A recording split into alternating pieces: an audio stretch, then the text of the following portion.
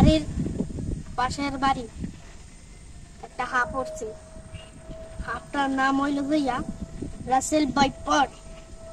Russell viper খাটের নিচে যে ফুসফুস করছে, রেকমেন্ড করছে।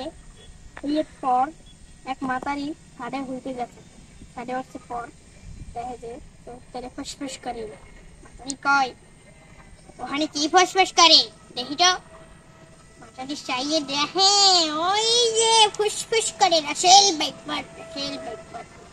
এরপর তো মাতারি লাভ দিয়ে কয়, ওরে মাগো ওই রাসেল ভাইপার আইছে।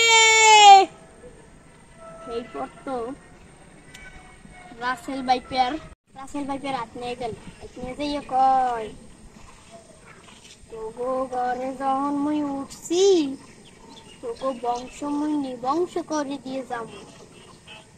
এরপর তো এক মাতারি কয়, তোরে দুধ কলা দেবো, তুই নামিয়ে যা।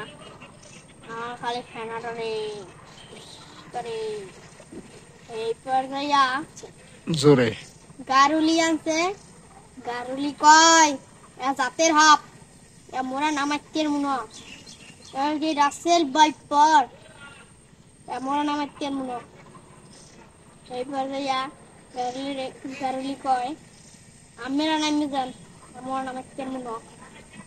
এইবার যাইয়া হেরা রাত 11টা বাজে এক ঘরে গেলে, পাশের ঘরে গেলে। এইপর যাইয়া পাশের ঘরে গেছে। এইপর যাইয়া এবার জামাই বাড়ি যাইয়া খাই লইয়া আইছে। আইসে পর এই হাফ দেয় যে একালে বইয়া রয়েছে।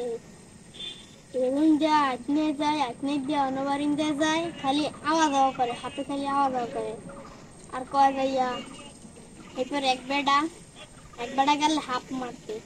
এরপর তো বেড়া যাই দেখে যে রাসেল ভাইপার। এরপর আর বেড়া ডরে ঠেলা আই পড়ছে। এবার কয় রাসেল ভাইপার কয়, এ খারা তুই কেন মারতে এলি মোরে। এরপর যাই রাসেল ভাইপার আর মোরে মারতে এলি, তোরে কলম মুই মারি গেলাম, তুই মোরে মারতে আইসোস, তোরে কলম মুই মারি গেলাম। এরপর যাই ওই বেড়া বুড়াই করে দৌড় দেখে। এরপর যাই দৌড়িতে খালে পড়ছে, খাল দেবে টাইনি উঠেছে। এরপর যাইয়া এবার হাতটা এবার এরম দমে যায়।